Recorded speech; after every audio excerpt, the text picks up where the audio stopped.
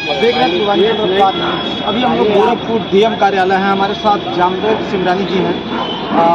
आइए जानते हैं आखिर डीएम कार्यालय आने का क्या उद्देश्य है। क्या उद्देश्य है डीएम कार्यालय आने का? हमारे एक कार्यकर्ता प्रभुनाथ भारती जी के घर पर लगातार 3 दिनों से टेलीफोन करके धमकी आ रही है कि आप घर खाली कर दीजिए, घर छोड़कर चले जाइए, वरना आप लोगों की हत्या हो जाएगी, आप लोगों को गंभीर धाराओं में जेल जाना पड़ेगा।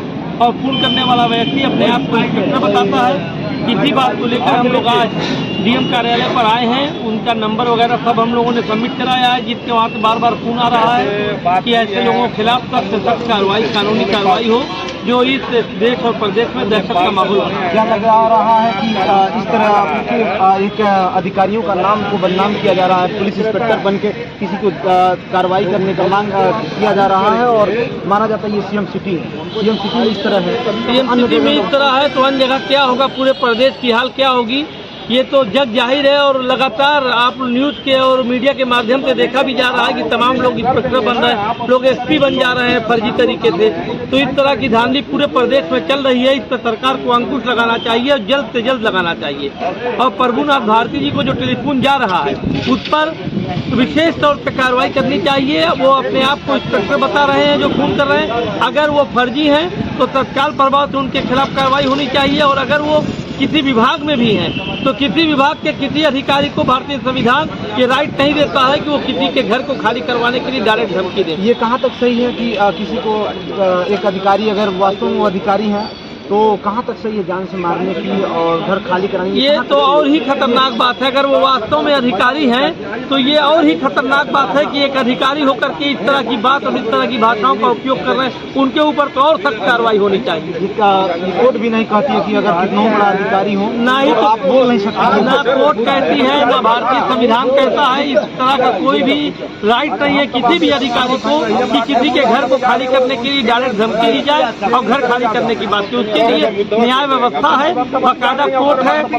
कचहरी है, उस जरिए से काम होता है। मगर ये पूरा एकदम से जंगल राज चल रहा है उत्तर प्रदेश में और इस जंगल राज को तो खत्म करना चाहिए। सरकार को इस बात को समझना चाहिए कि सरकार जंगल राज नहीं, देश को और प्रदेश को कानून में कानून के राज से देश और प्रदेश को चलाया जाए। जंगल राज की तरफ देश और प्रदेश न जाने। आप कह रहे हैं जंगल राज और सरकार कह रही है कि गुंडा माफियाओं को मिट्टी मिलाना विकास हो रहा है। आखिर फोन कौन कर रहा है? अगर गुंडा माफिया मिट्टी मिल गए तो मैं शिकायत लेके आया, आखिर ये टेलीफोन कौन कर रहा है? ये तो जांच का विषय बनता है ना, जांच करके सर्विस लाइन पे नंबर निकाल जांच का विषय बनता है ना। तो ये तो जांच करनी चाहिए ना, तो जांच करें और जांच करके इस पर कठोर से कठोरात्मक कार्रवाई करनी चाहिए।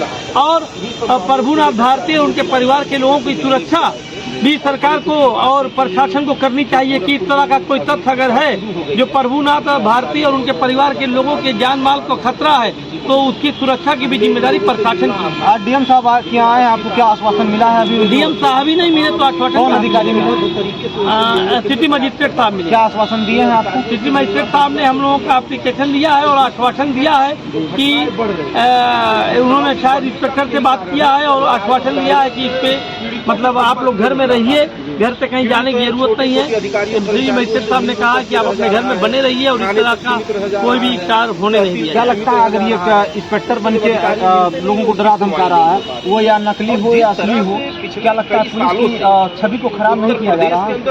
ये तो जांच का विषय है ना, तो पुलिस जांच करके बताए ना वो नकली है कि असली है, क्या है, ये जांच का विषय है।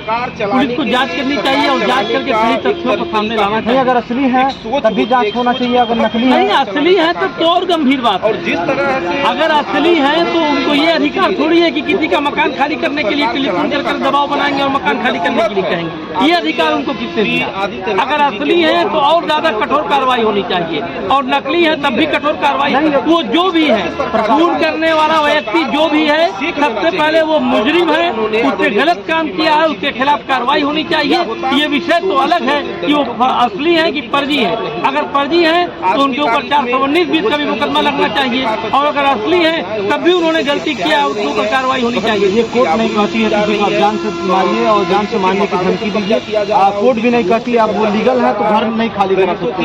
हाँ, एकदम घर खाली ही नहीं करा सकते, वो लीगल है, अपने मकान में रह रहा है, 3 पुश्तों से रह रहे हैं, उनके दादा रहते थे, पिताजी रहते थे, अब वो सब 4 भाई रह रहे हैं, वो अपने असली मकान में रह रहे हैं, उनका सारे दस्तावेजों में उनका नाम अंकित है, तो उनका मकान खाली कैसे करा सकते हैं। ये हमारे साथ जावेद सिमरानी जी थे, आज जिला अधिकारी महोदय के यहाँ आए थे ज्ञापन देने, और ये तो जांच का विषय बनता है, अगर ये कोई अगर फर्जी पुलिस हो या असली हो, जांच का विषय बनता है। देखते हैं अधिकारी के ऊपर कितना दबाव बनता है, अधिकारी किस तरह कठोर कार्रवाई करने में लगे रहते हैं। जय हिंद, जय भारत।